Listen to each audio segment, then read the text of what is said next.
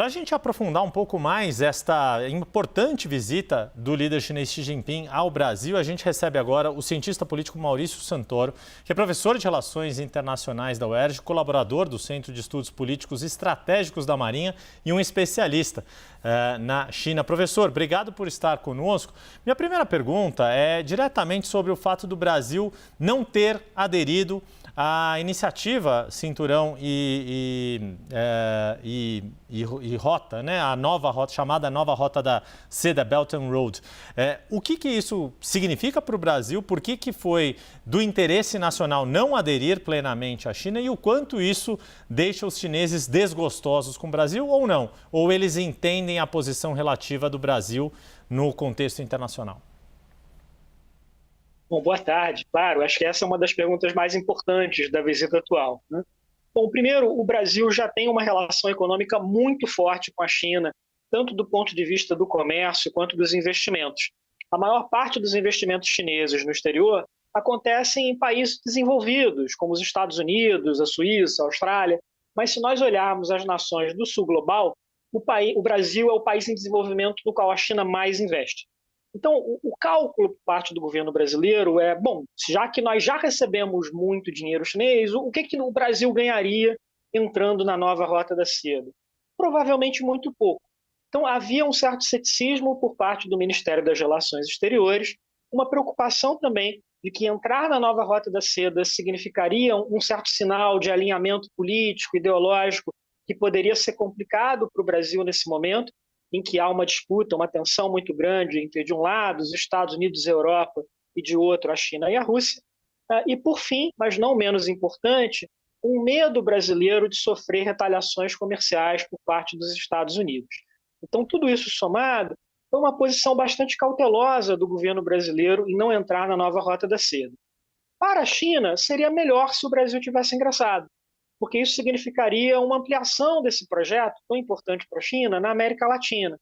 Mas, ao mesmo tempo, também, os chineses não ficaram particularmente preocupados com a recusa brasileira, porque existe essa percepção de que é uma relação muito forte, muito sólida, de que há uma grande afinidade nas duas políticas externas e que provavelmente, inclusive com a vitória do Donald Trump nas eleições presidenciais americanas, haverá uma certa aproximação entre Brasil e China, até para se proteger um pouco das medidas protecionistas que Trump certamente adotará. Professor, e aí o senhor falou do contexto internacional, e aí, claro, a outra grande questão é, na sua avaliação, como fica o cenário para o Brasil diante do que vai acontecer nos Estados Unidos, que todos nós já sabemos que é a posse de Donald Trump novamente, e o quanto esta rivalidade que o senhor já mencionou entre Estados Unidos e China tende a se acirrar. Quais são os ganhos que o Brasil pode obter nesse contexto e o quanto a China, né, eu vi que o senhor também deu uma entrevista para os nossos colegas do Canal Meio e que o senhor mencionou que para a China essa situação faz com que o Brasil seja um momento de oportunidade para ampliar a influência e as relações aqui com o Brasil. Como é que o senhor está vendo o que vai ser do mundo nos próximos 4 anos com Donald Trump na Casa Branca? Xi Jinping deve seguir liderando a China e este acirramento da disputa entre os dois países. Bom, todas as grandes negociações diplomáticas que nós vimos nesta semana, tanto a cúpula do G20 quanto agora a visita do presidente chinês ao Brasil, se deram à sombra de Donald Trump.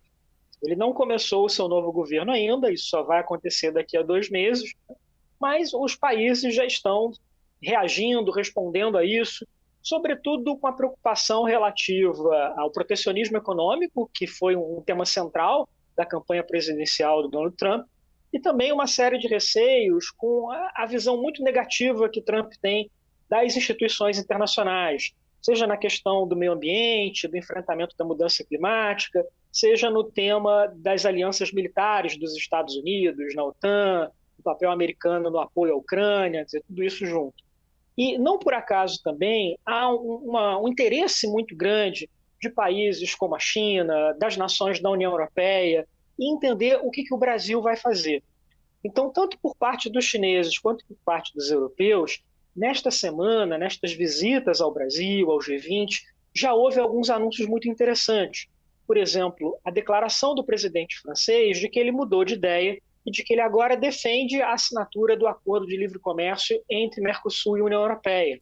Ou essa preocupação dos chineses em fazer uma série de acordos com o Brasil na área de comércio, de ciência, tecnologia, para responder a esse momento mais turbulento que vem pela frente na política global.